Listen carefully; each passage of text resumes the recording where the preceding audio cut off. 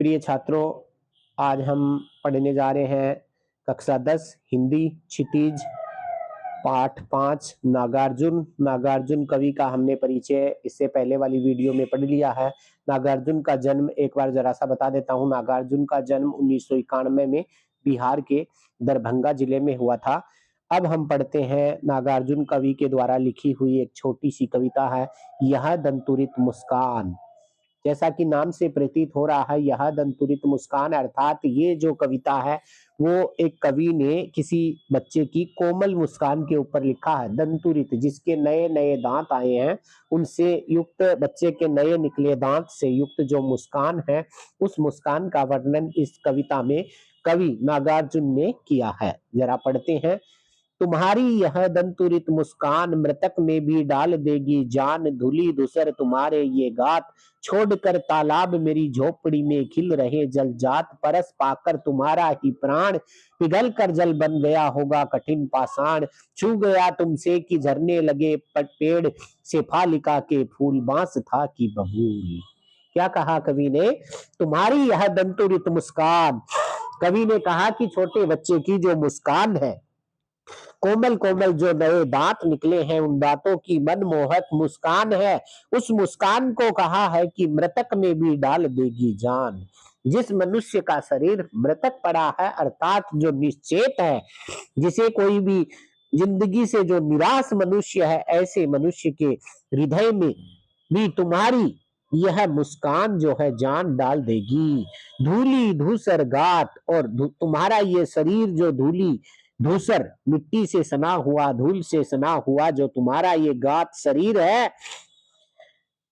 वो मृतक के अंदर भी, मतलब उसे देख करके मनुष्य प्रसन्न हो जाता है। छोड़कर तालाब मेरी झोपड़ी में खिल रहे जल जात। क्या कहा? तुम्हारा धूली धूसर गात शरीर जो है, ऐसा लग रहा है कि जैसे मेरी झोपड़ी में जल जात खिल रहे हैं। जल जात अर्थात कमल के फूल खिल रहे हैं। छोड़कर तालाब को मेरी झोपड़ी में कमल के फूल खिल रहे हैं।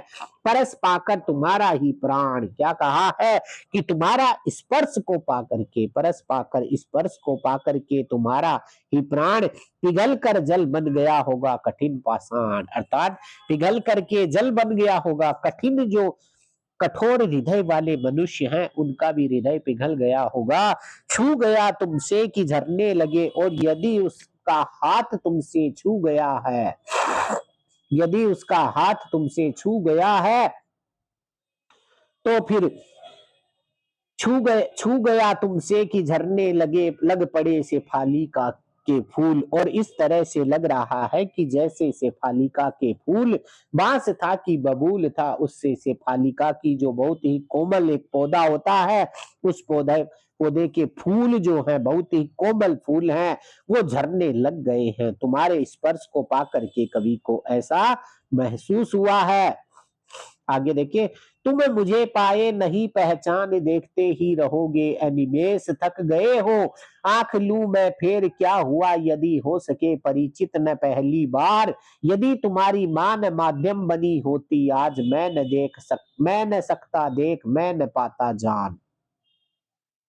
यह तुम्हारी यह दंतुरित मुस्कान। इस पद्य में क्या कहा है? तुम मुझे पाए नहीं पहचान। यहां से हम शुरू करते हैं। तुम मुझे पाए नहीं पहचान, देखते ही रहोगे एनिमेश, बिना रुके, एनिमेश बिना रुके तुम मुझे देखते ही रहोगे।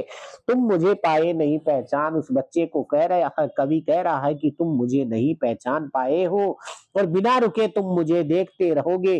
थक गए हो, क्या तुम देखते देखते थक गए हो? आंख लूं मैं फेर, तो मैं क्या अपनी आंखें फेर लूं, अपनी आंखें घुमा लूं? क्या हुआ यदि हो सके परिचित न पहली बार। कवि क्या कह रहा है कि क्या हुआ यदि हम पहली बार में, पहले मिलन में हम परिचित नहीं हो सके, तो क्या हो जाएगा यदि तुम्हारी मां न माध्यम बनी होती आज।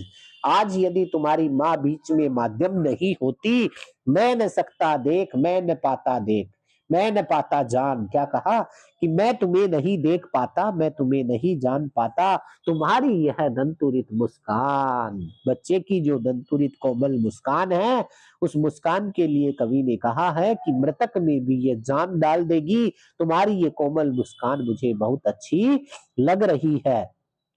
धन्य तुम माँ भी तुम्हारी धन्य, चिर प्रवासी मैं इतर मैं अन्य। क्या कहा है कि धन्य हो तुम, धन्य हो माँ भी तुम्हारी धन्य है, चिर प्रवासी लंबे समय से मैं विदेश में प्रवास कर गया था, मैं इतर यहाँ से चला गया था, मैं अन्य हो गया था, इस अतिथि से प्रिय तुम्हारा क्या रहा संपर्क।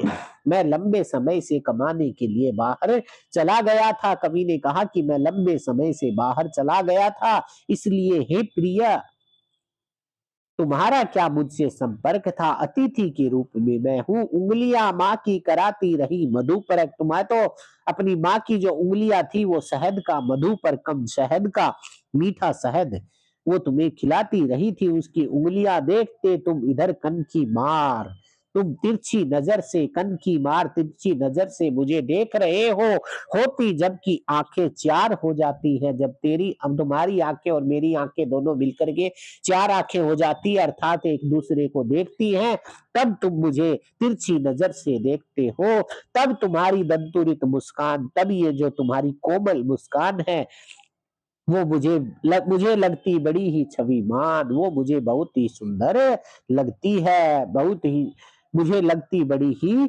छविमान। तो ये हमारा पाठ था, कविता थी, कविता का नाम था दंतुरित।